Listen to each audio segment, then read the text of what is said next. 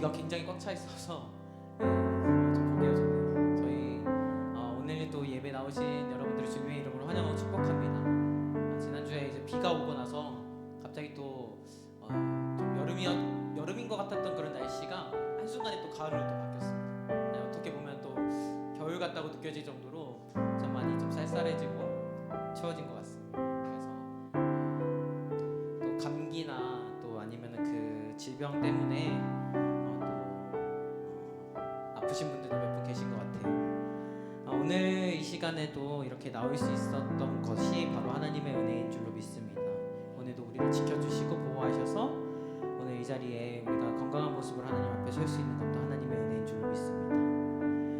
오늘 이 예배가 단순히 우리의 육적인 건강함으로 인해서 예배를 드리는 것이 아니라 영적인 건강으로 말미암아 또 하나님 앞에 예배를 서기를 원합니다. 우리가 먼저 이 예배를 시작하기 전에 함께 기도하면서 나가기 원합니다. 하나님, 오늘 이 시간 우리가 경건함을 가지고 하나님 앞에 서기를 원합니다. 하나님, 우리가 이렇게 정말 몸이 건강하든 우리 마음도 건강하고 하나님 앞에 그렇게 건강한 모습으로 설 수 있도록 인도하여 주시옵소서.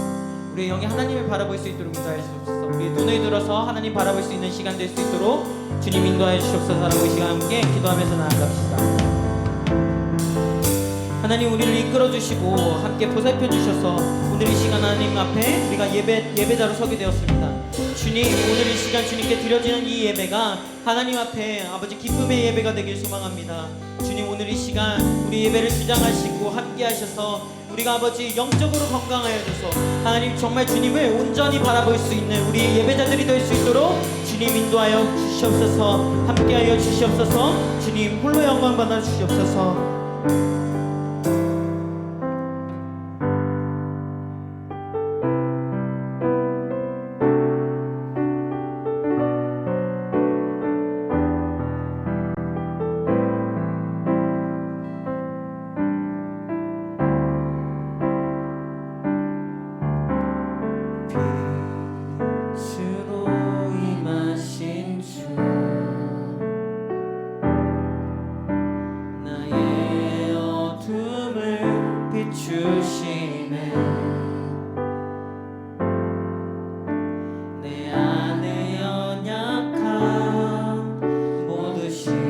주시고 나를 귀히 여기사 안으시네. 내 삶에 임하신 주, 내 삶에 임하신 주, 모든 두려움 덮으시네. 주 나의 모든 것 주님만 의지하리. 눈을 들어 주님만 바라보리. 주님을 예배하는 것, 주님을 기뻐하는 것, 나의 마음과 뜻 다해 주님 더 알기 원하네. 주님을 사랑하는 것, 주님을 갈망하는 것, 나의 유일한 소망이라.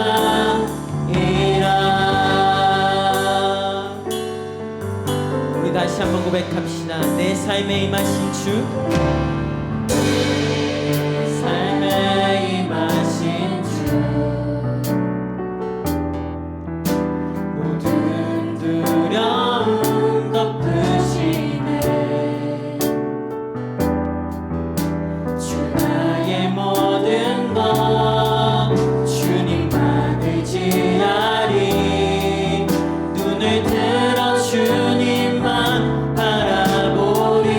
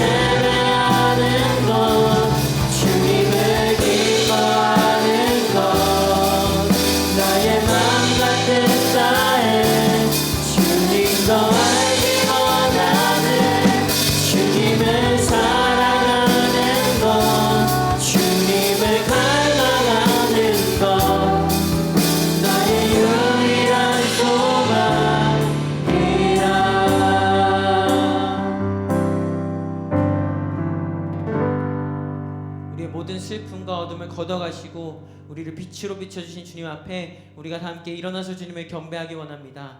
우리의 슬픈 마음 걷어가신 그 주님 앞에 다 함께 기쁜 마음으로 찬양합시다.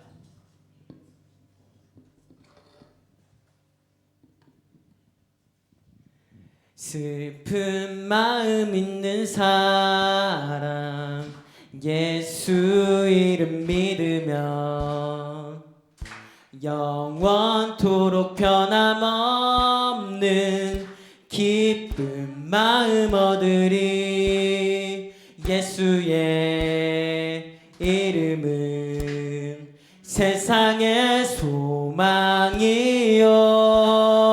예수의 이름은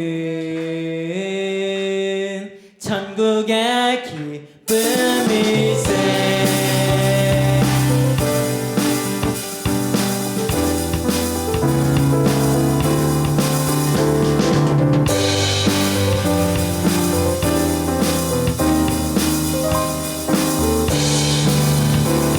우리 함께 고백합시다. 슬픈 마음 있는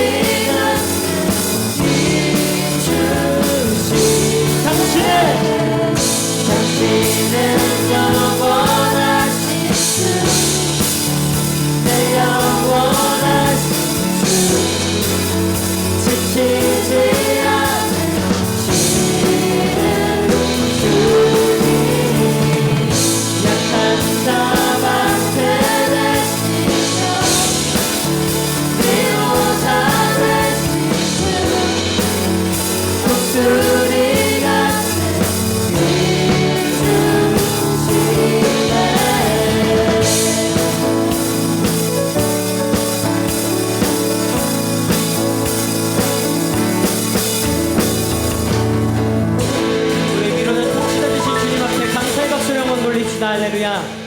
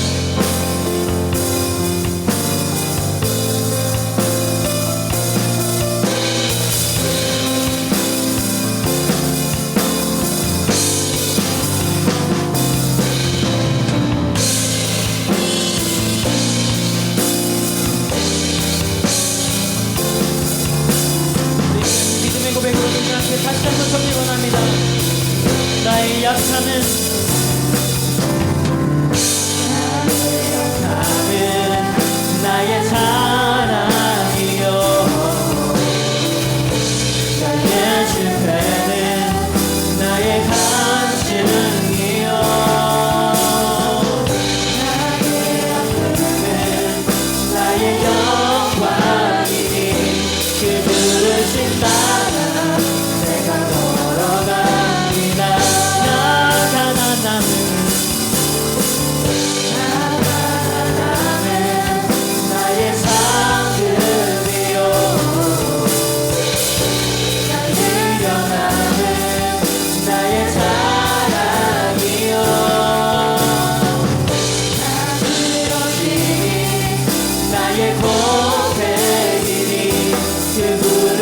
사랑 내가 걸어갑니다. 나는 나의 상급이요 나 내려가는 나의 자랑이요 나 쓰러지니 나의 고백이 그 부르신 사랑. 우리 이 시간 기도할 때 우리의 모든 약함과 부족함을 주님 앞에 고백하며 나아가기 원합니다. 주님, 내가 이렇게 약하고 부족한 사람입니다. 그러나 이때 주님을 의지합니다. 주님, 주님을 의지할 때 나의 약함을 모두 걷어가시고 아버지를 사랑하게 하시니 아버지의 사랑함을 나의 기쁨으로 여기며 살아갈 수 있도록 인도하여 주시옵소서. 이 시간 주님의 이름 한번 부르짖고 동성으로 기도하며 나아갑시다. 주님,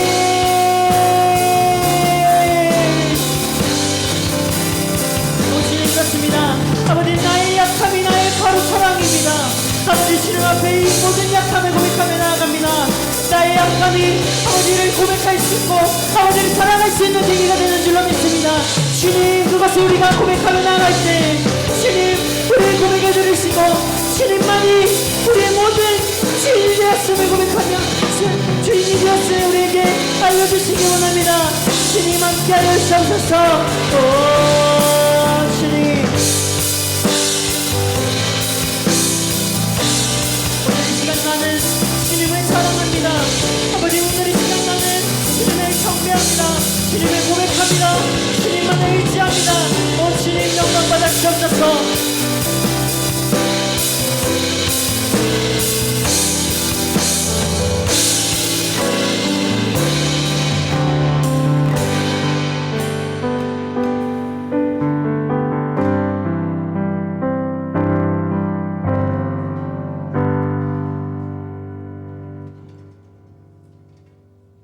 하나님 아버지, 감사합니다. 비가 오는 날씨에도 이 자리에 모여서 함께 찬양하고 예배할 수 있도록 해주심 감사합니다. 한 주간 세상을 살면서 지은 죄들이 너무나도 많습니다. 회개하오니 용서해 주세요. 저희가 더욱더 말씀 안에서 살아갈 수 있도록 함께 해주세요. 오늘 말씀 전해주시는 목사님께도 은혜 내려주셔서 듣는 우리도 은혜 받고 삶으로 드러내는 청년들이 될 수 있도록 해주세요. 영차영차 축제를 위해 기도합니다. 축제를 통해서 많은 영혼들이 주님께 돌아오는 귀한 시간이 될 수 있도록 해주시고 우리도 같이 힘써 기도하고 준비할 수 있도록 해주세요. 감사합니다. 사랑합니다. 예수님의 이름으로 기도드렸습니다. 아멘.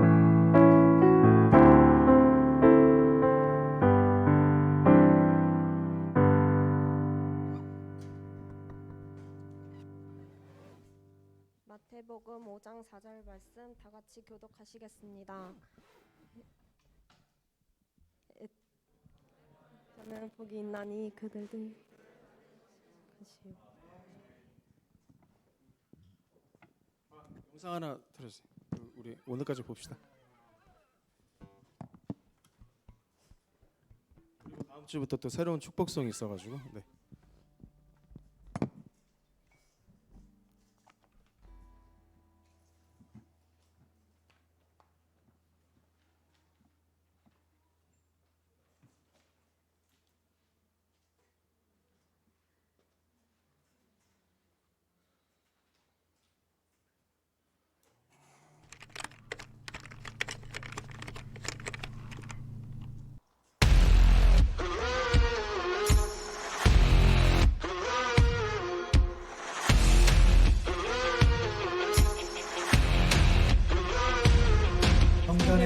성전에서 함께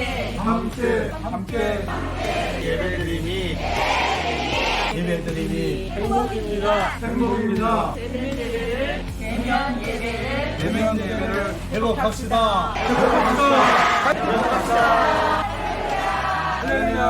할렐루야.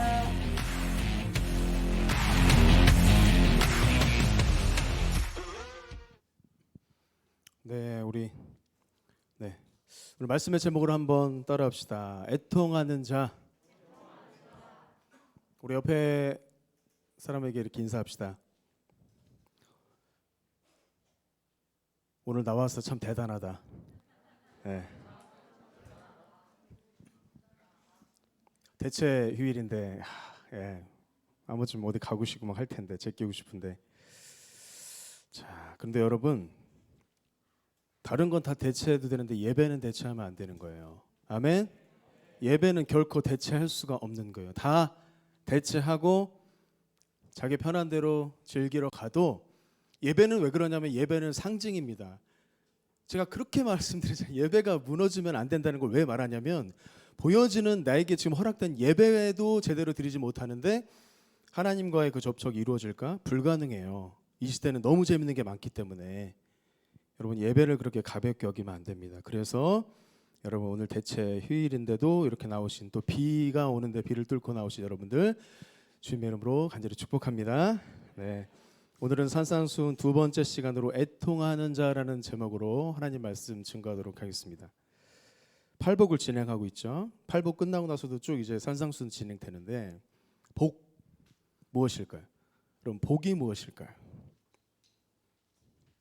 예수님께서 가져오시는 하나님 나라의 복은 너희가 생각하는 부유함이나 기적 같은 것이 아니야. 이거야. 정리하자면 너희 속에 가득한 죄와 욕심을 걷어내고 지난주 가난한 심령으로 오늘 애통하는 마음으로 그 진짜 복을 향하는 것이다. 뭐죠? 복이라는 개념을 통해서 너의 진짜 정체성이 뭔가를 질문하시는 거예요.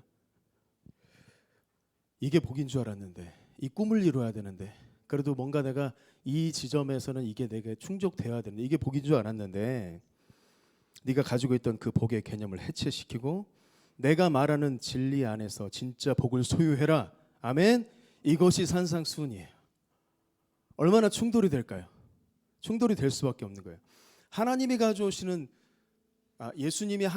하나님이 예수님을 통해서 가져오시는 이 하나님 나라의 이 교회는요, 이 지상의 교회는 밖에 세상 밖의 그런 내용들과 충돌이 될 수밖에 없어요. 이 정체성을 온전히 소유하면 부딪힐 수밖에 없습니다. 근데 요즘의 교회가 어떠냐? 점점 타협합니다. 다른 건 타협해도 괜찮아요. 그런데 이 진리만은 타협하면 안 되는데 동성애 인권 아니야? 그리고 뭐 여러 가지 다 인권 얘기해요. 학교에서는 인권이죠. 선생님들 요즘에 아이들 뭐 두 번째, 세 번째 경고해서 교감 선생님 지적받다가 세 번째, 네 번째 되면은 뭐 사표 쓰게 되고 막 그런데요. 정의감이 불타와서 막 하는데 제 친구 그때 얘기했잖아요. 이런 시대지만 교회는 이 진리를 여러분 왜곡시키면 안 되는 거예요. 예수님의 말씀을 정확하게 전달하고 그 예수님의 말씀을 듣는 한 사람 한 사람이 깨어져서 그 깨어진 애통하는 마음을 갖고 세상으로 향하는 곳, 이것이 교회가 되어야 됩니다. 말씀은 그 앞뒤가 다 연결이 되고 그 순서 속에 다 의미를 부여하고 있는데 특히 예수님의 말씀은 더더욱 그래요. 제가 묵상하다 보니까 예수님의 말씀은 다 순서마다 연결이 되는 의미가 있어요. 지난주 심령이 가난한 자, 천국이 저희 것이며 그리고 다음으로 오늘 애통하는 자가 위로를 받을 것이라 말씀하세요. 그러니까 뭐냐? 가난한 심령이 있을 때 진정한 애통이 나온다. 먼저 가난한 심령이 너에게 있어야 된다. 성경이 가르치는 애통의 의미 중에 많은 경우, 많은 죄송하지만 목사님들도 이 애통을 착각하는 경우가 참 많아요. 저도 그런 설교를 중고등학교 때 들었던 것 같아요. 근데 제가 가만히 말씀을 묵상하고 하니까 제가 생각하는 그 애통의 차원이 아니에요. 죄송하지만 여러분 연민적인 슬픔을 애통이라고 하는데 그것은 애통이 아닙니다. 사무엘상 1장에 한나가 나와요. 한나 아시죠? 자식이 없어서 무시를 당하고 성전에서 통곡한 것은 애통일까요? 애통이 아닐까요? 애통인 것 같은데 그것은 진정한 애통이 아닙니다. 오늘 적어도 이 본문이 이야기하는 이 애통은 아닌 거예요. 또 마태복음 6장 16절에 금식할 때 보여지는 외적인 슬픈 기색의 모습이 있는데 애통일까요? 애통이 아닐까요? 애통이 아닙니다. 창세기 4장 13절에 가인이 아벨을 죽이고 난 뒤에 그 죄의 결과를 두려워해서 심리적으로 굉장히 압박감을 느껴요. 그 고통의 마음 애통일까요? 애통이 아닙니다. 그럼 오늘 본문이 말하고자 하는 애통은 무엇일까? 먼저 순서를 잘 보셔야 하는데 심령이 가난한 자가 된 후에 애통하는 자가 되라고 말씀하셨죠. 애통이란 뭐냐? 죽은 자식을 안고 슬퍼하는 부모의 마음 상태. 굳이 표현하자면 장례식에서 예전에 사역지에서 그런 분을 봤어요. 위로가 안 됩니다. 어떤 말로 위로를 하겠습니까? 하나님의 은혜 안에서 자신의 죄와 허물을 발견한 상태. 하나님의 그 엄청난 임재 앞에서 자신의 모습이 딱 비춰졌을 때, 그게 지금 적나라하게 드러났는데 도망가지 않고 정면으로 그 앞에 딱 부딪혔을 때 그 하나님 앞에 자신을 내어놓을 수밖에 없는 인간의 자세. 이것이 진정한 애통입니다. 이사야 6장 5절 보시면 이사야가 성전에 들어가서 하나님의 영광을 목격하는 그 순간에 자신의 부끄러운 모습을 발견했는데 뭐라고 했냐? 화로다 나여 망하게 되었도다. 하나님 앞에서 진짜 자신을 발견한 사람의 공통점은, 또 다른 성경적인 예가 있는데 다채해도 자신이 죄인이라는 사실을 뼈저리게 느끼게 됩니다. 그 앞에서 다른 것이 일단 들어올 수가 없어요.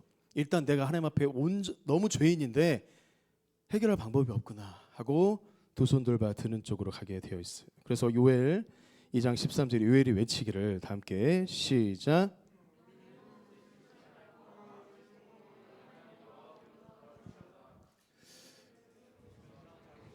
노하기를 더디하시며 이내가 크시사 뜻을 돌이켜 재앙을 내리지 아니하시리라.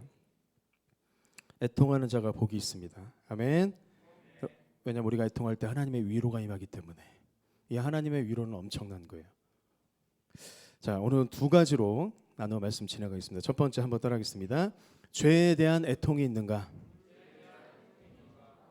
애통하라 하셨는데 그럼 너에게 복이 있어. 세상이 알 수 없는 진짜 복인데 이 복의 개념을 네가 좀 누렸으면 좋겠어. 주님이 말씀하신 거예요. 그럼 우리는 언제 애통해야 할까? 뭐 개인의 공고함이 있고 미래에 대한 두려움이 있고 또 직장과 뭐 삶의 자리에서 가정의 문제, 그 환경과 상황을 통한 애통도 필요하고 해야 됩니다. 하지 말라는 게 아니에요. 그러나 우리가 절대 잊어서는 안 되는 진짜 중요한 본질적인 애통을 먼저 해야 되는데 그건 뭐냐? 바로 죄에 대한 애통입니다. 다시 한번 따라할까요? 죄에 대한 애통. 다른 무엇보다도 그리스도인은 내가 지은 죄 때문에 가슴을 치는 애통함이 있어야 돼요. 바꿔 말해 내 스스로 해결할 수 없는 이 구원의 문제, 내가 죽었다 깨어나도 갈 수 없는 이 천국의 문을 내가 열 수 없는데 이 죄가 해결이 안 되면 안 되는 건데 윤리적인 도덕적인 그런 죄가 아니라 하나님의 형상을 잃어버린 내 모습, 아니 잠깐 찾았다가 도로 세상에 빼앗기는 내 모습, 조금 이제 예배 드리고 말씀 묵상도 하고 그런 이 커뮤니티를 통해서 뭔가 조금 이 하나님의 형상을 회복해서 나아가는 것 같다가 잠깐만 한눈 팔면 그냥 잃어버리는 이 상태를 애통해하고 두려워할 수 있어야 되는 거예요. 이걸 통해서 가슴을 칠 수 있어야 돼요. 여러분 이런 것에 대해 결코 밋밋하거나 적당한 태도로 나아가서는 안 되는 겁니다. 요즘 오늘날 우리 그리스도인들이 세상에서 매력을 잃어버린 이유가 뭘까요? 사람들이 우리의 모습을 통해서 뭔가 좀 거룩함이라든가 하나님의 형상을 좀 느끼고 다시 예배를 회복하고 하나님께 돌아오는 사람들이 적어졌는데 왜 그럴까요? 제가 2년 전인가 그리고 또 제가 예전에 사역지에서 한 5번 정도 갔던 것 같아요. 기억이. 증도에 가면, 전라도 증도에 가면 문준경 전사님의 그 일대기를 한눈에 볼 수 있는 그 기념관도 있고 그런 지점이 있어요. 그곳에 어느 이제 문준경 전사님이 주일학교 때 했던 곳에 앉아서 막 질문도 해보고 해서 참 깊은 은혜가 있었는데, 그때 그 시대 그 한 여자, 키도 작았어. 별 볼 일 없는 여자. 그런데요 그 당시에 전라도에 엄청난 막 건달들 막 안에 막 머리 잡고 막 죽이고 맨날 막 그렇게 힘들게 했던 그런 사람들, 그 전도사님 앞에서요, 그 영적인 권위 앞에서 숙연해지고 딱 말씀으로 딱 지적해주면 돌아오게 되는 그런 일들이 있었어요. 여러분 이게 한국교회의 그런 모습이었습니다. 오늘날 우리의 모습이 어떤가 볼 수 있어야 돼요. 왜 그럴까? 왜 뭔가 좀 저 사람 뭔가 저 속에 있는 뭔가를 나도 좀 알고 싶고 담고 싶고 이런 매력을 잃어버린 이유가 뭘까?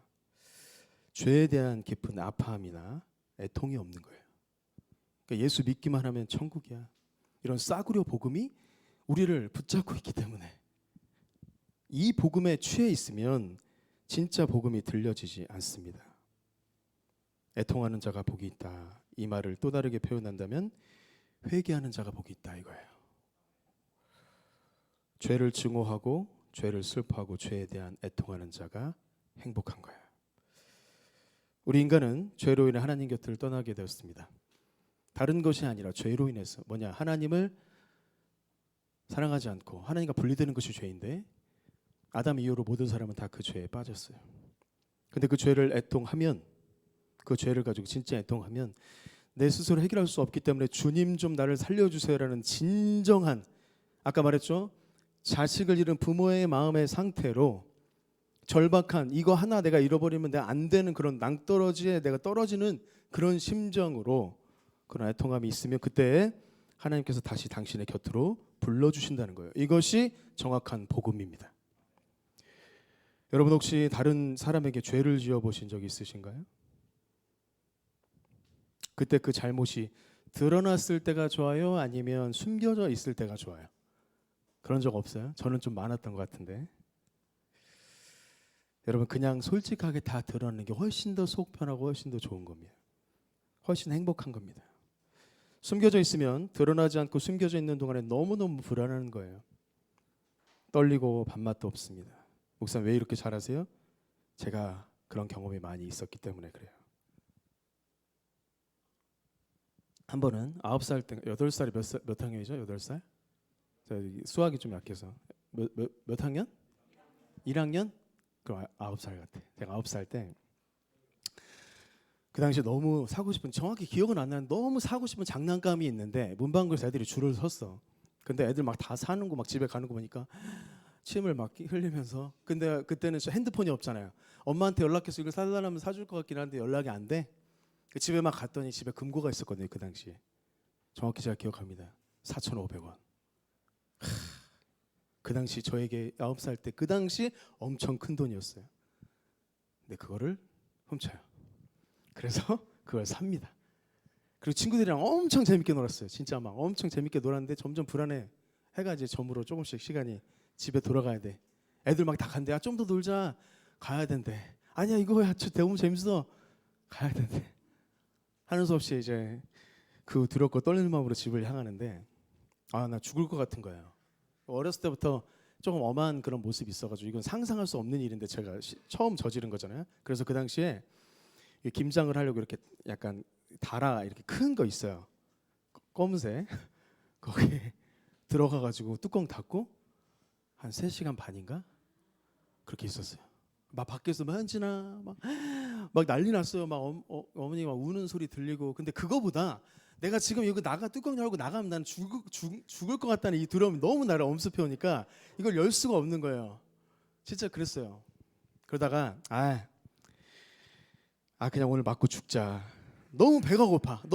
제가 배가 고픈 거를 못 참는 거 사실 여러분들이 많이 아실 텐데 저는 이제 밥 먹는 시간이 좀 지나면 굉장히 예민해집니다. 저는 금식을 좀 하기가 어려워하는 성격인 걸 여러분 알아주시기 바랍니다.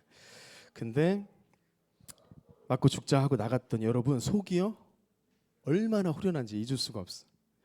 어쨌건 도둑질은 잘못된 거니까 아버지에게 그날 반 죽을 정도로 회초리를 맞았습니다. 아프긴 한데 마음은 편했고 그 이후로 지금까지 2번 다시 남의 어떤 물건도 손을 댄 적이 없어요. 하나님이 아세요. 그날을 저는 잊을 수가 없습니다. 저에게 처음 죄가 드러난 날 그날 저녁에 실컷 맞고 또 식욕은 얼마나 막 또 땡기는지 제가 몇 가지 소울푸드가 있는데 이렇게 D자로 시작하는 어떤 영문 시작하는 어떤 그거 좋아하고 그 다음에 두 번째로 이거 웃으시는 분들 같이 좀 맛있게 먹었었어요. 근데 또 좋아하는 게 뭐냐면 어머니가 이렇게 김치, 배추김치, 그 다음에 깍두기, 열무, 그다음 뭐지? 파 이런 거 조금 이렇게 묵은 거를 짬뽕으로 한 다음에 돼지고기를 팍 넣어가지고 고춧가루 좀 해서 이렇게 참기름 마지막에 해서 이렇게 해주는 걸 저는 너무 좋아해요. 그 어머니 지금도 어쩔 때 몸이 안 좋을 때 그때 천안에 갔는데 어머니가 해줬는데 진짜 막 몸이 회복되고 그런 자기들만의 소울푸드가 있잖아요. 그거였는데 그걸 그날 또 해주신 거예요. 얼마나 밥이 또 엄청나게 맛있게 섭취를 하고 또 얼마나 잠은 또 잘 오는지 그냥 편안하게 자고요. 괜찮았어요. 근데 여러분, 죄를 감추고 합리화시키는 것은 이런 행복이 없는 거예요. 내가 지은 죄를 아무리 정당화시키려고 애써도 다른 사람은 다 속일 수 있어도 하나님만은 속일 수 없기 때문에 죄가 드러나고 죄를 하나님 앞에 적나라하게 낱낱이 고백하는 것이 진짜 은혜입니다. 자꾸만 내 양심이 나를 참수하기 때문에 회개하기 전까지 평안도 없고 행복도 없습니다. 그래서 죄를 짓고 나면 다른 길이 없어요. 철저하게 죄를 애통해하며 회개하는 길밖에는 없습니다. 근데 이거는 도덕적인 윤리적인 죄를 말하는 게 아니에요. 하나님의 진짜 행복, 하나님의 형상에서 떨어진 내 모습에 대한 애통함.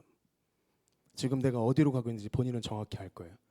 내가 하나님의 이 궤도 안에서 내가 얼마만큼 멀어져 있는지, 하나님과 얼마만큼 친밀한 교제 안에 들어와 있는지를 자기가 아는데, 내가 점점 멀어질 때 무감각한 그런 상태가 아니라 아니구나, 하나님이 나를 이렇게 생각하는데 내가 이 상태로 머물면 안 되는데 라는 그런 마음으로 다시 한번 하나님 앞에 엎드려서 애통해하는 것들이 우리 안에 회복돼야 돼요. 다윗 보십시오. 밧세바와 범죄한 후에 침상이 젖도록 애통하며 회개했습니다.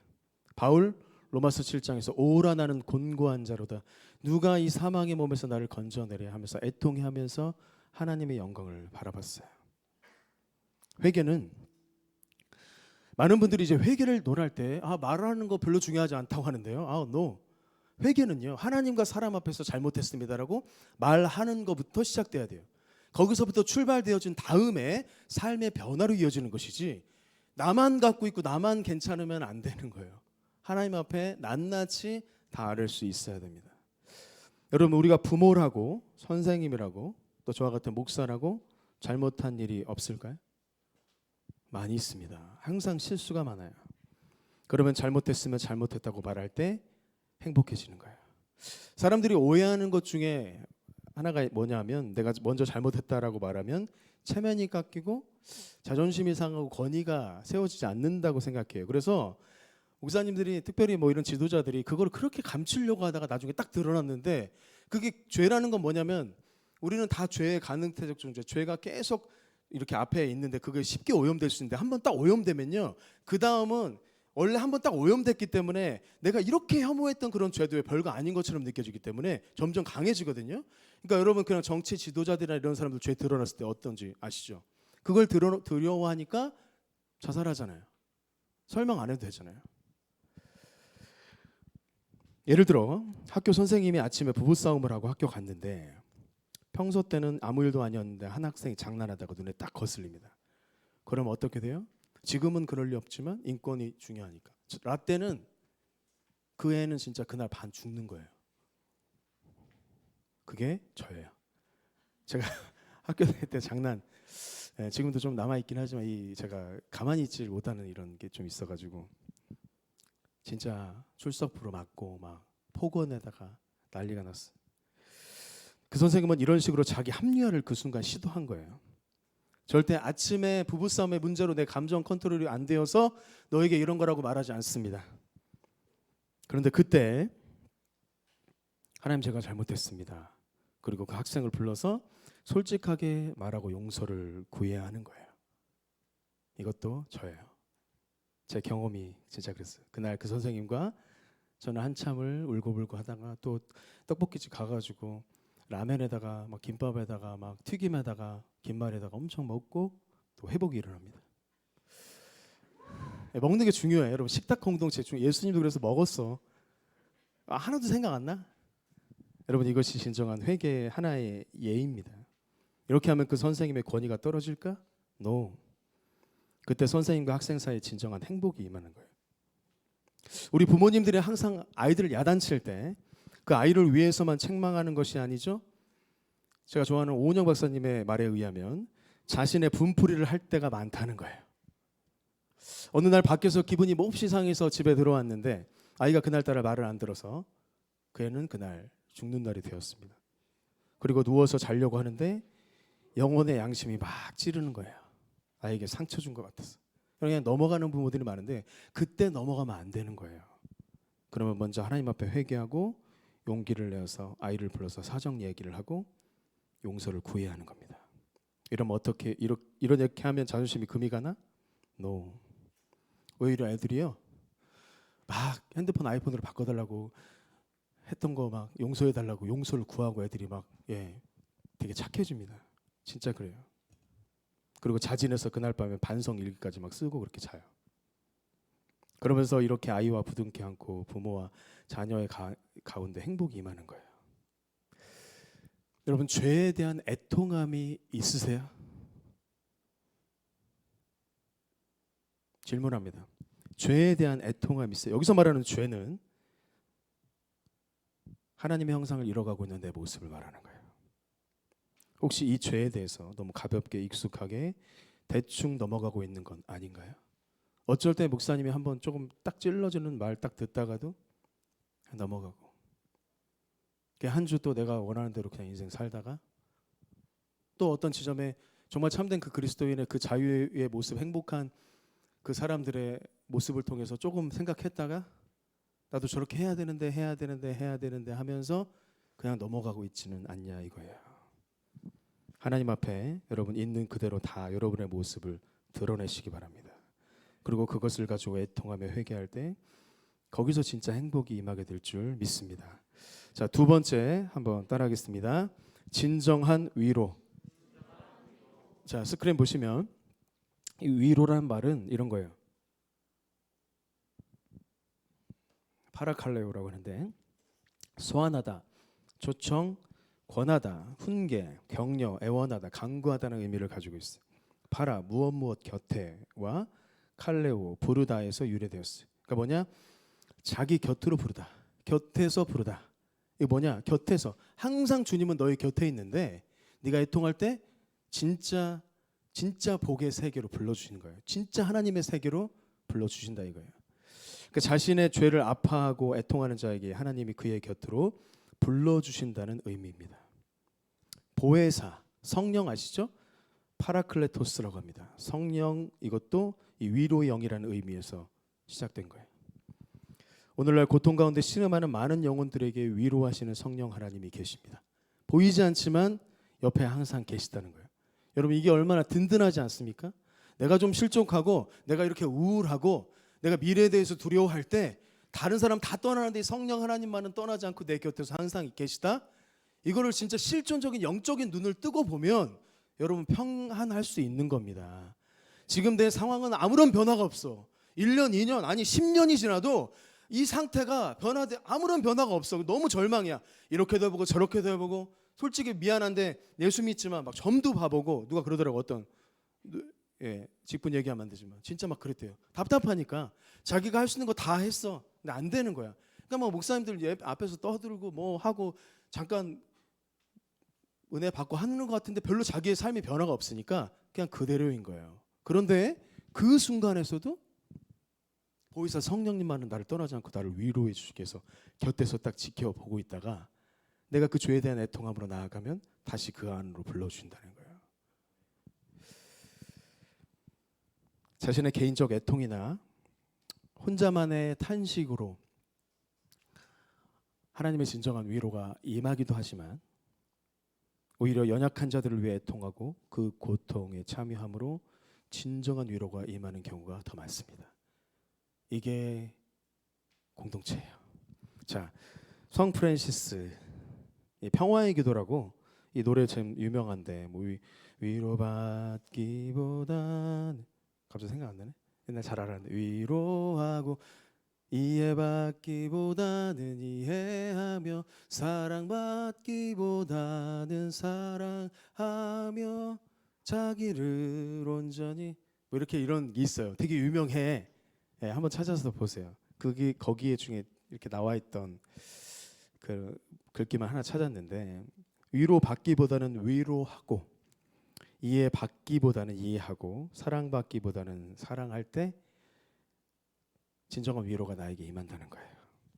왜냐하면 위로는 흘러가야 남에게 주어야 그 위로가 나에게 채워주는 원리가 있습니다. 그래서 공동체가 필요한 거예요.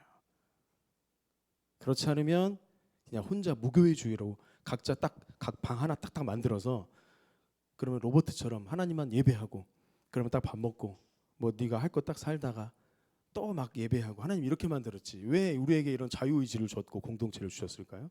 서로 함께 격려하고 위로하고 하나님의 나라를 꿈꾸라는 거예요. 고린도후서 1장 4절 보시면 자, 다 함께 시작. 우리의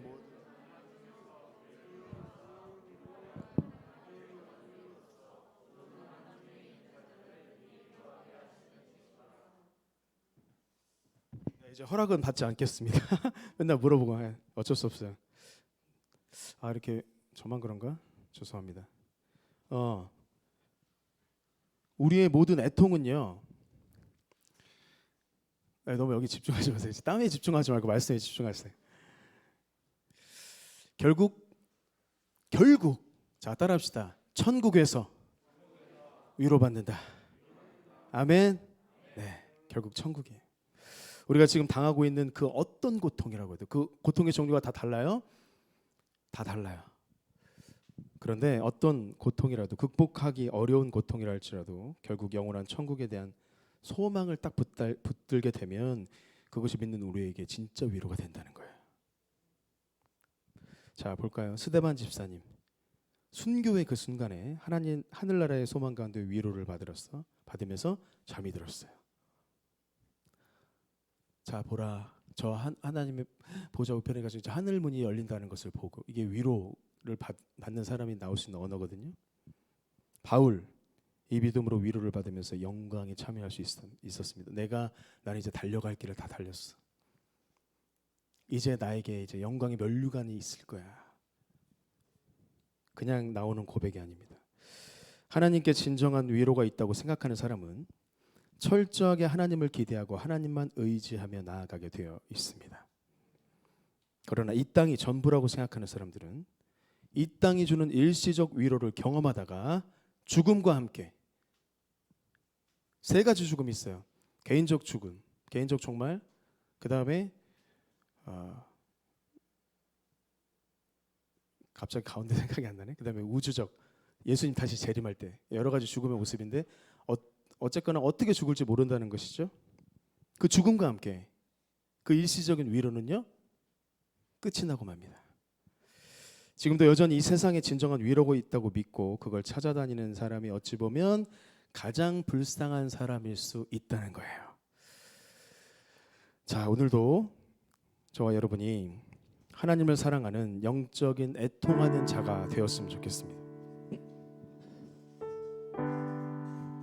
내가 먼저 영적인 그 애통하는 자가 되어서 세상을 향해 이렇게 말할 수 있었으면 좋겠어요. 진정한 위로는 하나님께 있다. 근데 너와 내가 가는 길이 달라. 네가 가는 길은 세상의 길이고 그 종착역은 심판과 죽음이야. 그러나 내가 가는 길은 예수요 하늘이기에 거기에 참된 위로가 있기에 나는 너에게 진정한 위로이기를 말해주고 싶다. 이게 진짜 애통하는 자예요. 이런 생각으로 살면서 주변 사람들에게 이런 선포를 할 수 있다면 여러분 이것이 가장 가치 있는 삶이요 진정한 그리스도인의 길입니다. 날마다 다른 무엇이 아닌 예수 그리스도를 통해서 위로를 받으시기 바랍니다. 우리가 공동체에서 사랑으로 함께 위로를 받고 죄에 대한 절박한 애통함 가운데 저 천국 하늘나라의 소망으로 나아갈 수 있길 간절히 축복합니다. 홍이삭 씨의 하나님의 세계라는 노래를 잘 아실 거예요. 굉장히 유명한 곡이에요. 여러 컨텐츠에서 많이 했죠. 뭐 이렇게 편곡도 많이 하고. 근데 저는 이 찬양을 그냥 듣다가 창조의 섭리, 이 우주 만물의 창조에 대한 하나님의 감사와 기쁨을 노래한 곡이나 그런 정도로만 인식을 했었어요. 그런데 이 홍이삭이라는 분을 딱 알고 나니까 이분이 부모님 선교사님인데 이 그냥 그 찬양 속에 제자의 삶, 진짜 기도교, 그러니까 이 그리스도인의 삶을 연결시켰어요. 굉장한 묵상이 있는 뮤지션이라고 생각합니다. 세상은 알 수 없는 제자의 길을 연결시켰다. 와.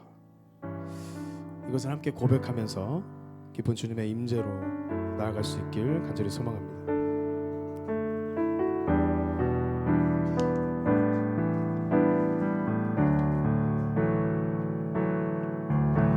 참 아름다운 곳이라 주님의 세계는 정말로 내가 나갔고 솔직할 수 있는 곳 조금이라도 내 의라 말할 수 없는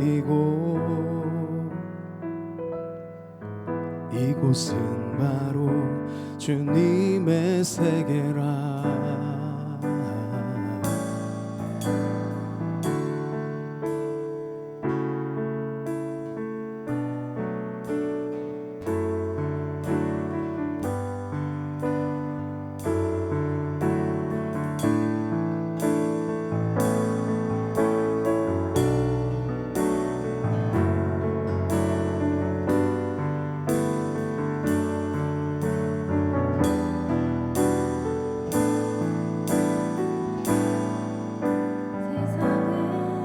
세상은 항상 말하네 그 길이 아니라고 곱디고 온 길이 있는데 왜 힘들게 사냐고 단순한 선택조차 내게 버겁기만 한 곳 그래도 나는 주님만 따르리 참 아름다워라 주님의 세계는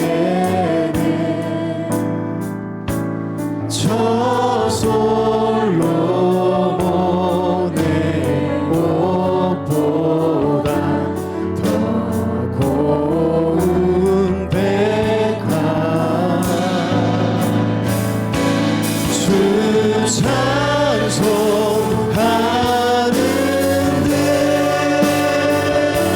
저 맑은 새소리 자리에서 일어나서 함께 고백합시다. 아버지의 지으신 그 손씨 깊도다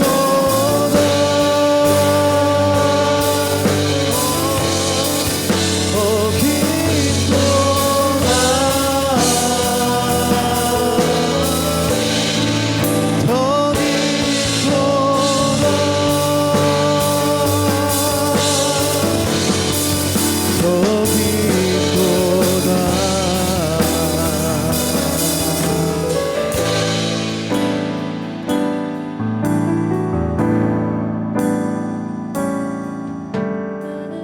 계속 걸어갑니다 수없이 넘어져도 사람들의 방향과는 조금 다르다 해도 내가 가는 길이 주가 가는 저주길이니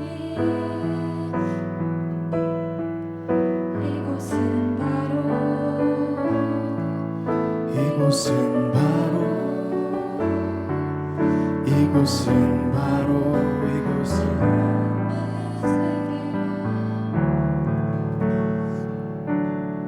함께 고백하고 싶으세요. 여러분 지금 이 시간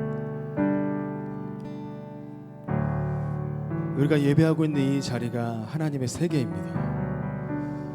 여러분이 어떤 감정으로 어떤 생각으로 이 자리에 나오는지 모르지만 여러분의 생각이나 여러분의 감정이 아닌 거예요. 성령 하나님께서 여러분을 너무 사랑하셔서 이 자리로 불러주셔서 진짜 복음을 확인시켜 주시기 위해서 여러분을 이 자리로 곁으로 불러주신 줄 믿습니다. 이 하나님의 세계 안에서 진짜 복음을 누리는 자들은요 그것을 나만 갖고 있을 수 없는 거예요. 또 다른 위로자가 되어서 또 상처받고 아파하는 자들에게 손을 잡아주고 함께 그 하나님의 세계 안에서 우리가 천국을 바라보자고 얘기할 수 있는 겁니다. 여러분 그러할 때 그곳에서 하나님께서 영광을 받으실 줄 믿습니다. 여러분이 아무리 노력해서 여러분이 모든 꿈을 다 이룬다고 해도 그때 하나님의 영광을 받으시는 것이 아니라 그 복음이 흘러가는 그 지점에서 주님께서 영광을 받으시는 줄 믿습니다. 먼저 내가 내 가난한 심령이 있어야죠. 먼저 내가 애통함이 있어야 됩니다. 하나님의 형상에서 멀어지고 있는 내 모습을 향한 절박함을 다시 한번 회복시켜 주시옵소서. 그래서 영원한 천국을 바라보며 진정한 위로를 받으며 누리는 하나님의 사람들이 다 될 수 있게 해달라고 이 시간 우리가 주님의 이름 주고 함께 통성으로 기도하겠습니다. 주님, 주님, 주님, 거룩하신 하나님 아버지 감사합니다. 하나님 아버지, 이 시간 하나님의 그 나라 하나님의 세계로 우리를 초청해 주시고 그 영원한 하나님의 세계 속에서 그 속에서 살 수 있는 은혜를 주셔서 보라 감사합니다. 하나님, 세상은 우리에게 반대로 이야기하지만 하나님 아버지, 그러나 우리는 세상과 다른 이 길을 말하고 선포하겠사오니 하나님 아버지, 이 시간 인도하여 주셔서 진정한 하나님의 아버지만 그 나라에서 하나님을 누릴 수 있도록 은혜를 내려주시옵소서. 진정한 위로자가 되기를 원합니다. 하늘의 위로자가 되기를 원합니다. 영원한 천국의 소망을 가지고 살아가기를 원합니다. 하나님, 우리의 모든 육식의 상관이 떠나는 그날, 하나님, 우리의 모든 생각이 하나님 아버지의 정지되는 그날, 그곳에서 진정한 자유를 누리며 진정한 참된 위로의 아버지만 참여할 수 있는 하나님의 사람들이 다 되기를 원합니다. 오 하나님, 은혜를 내려주시옵소서. 오 하나님 아버지, 은혜를 내려주시옵소서. 은혜를 내려주시옵소서.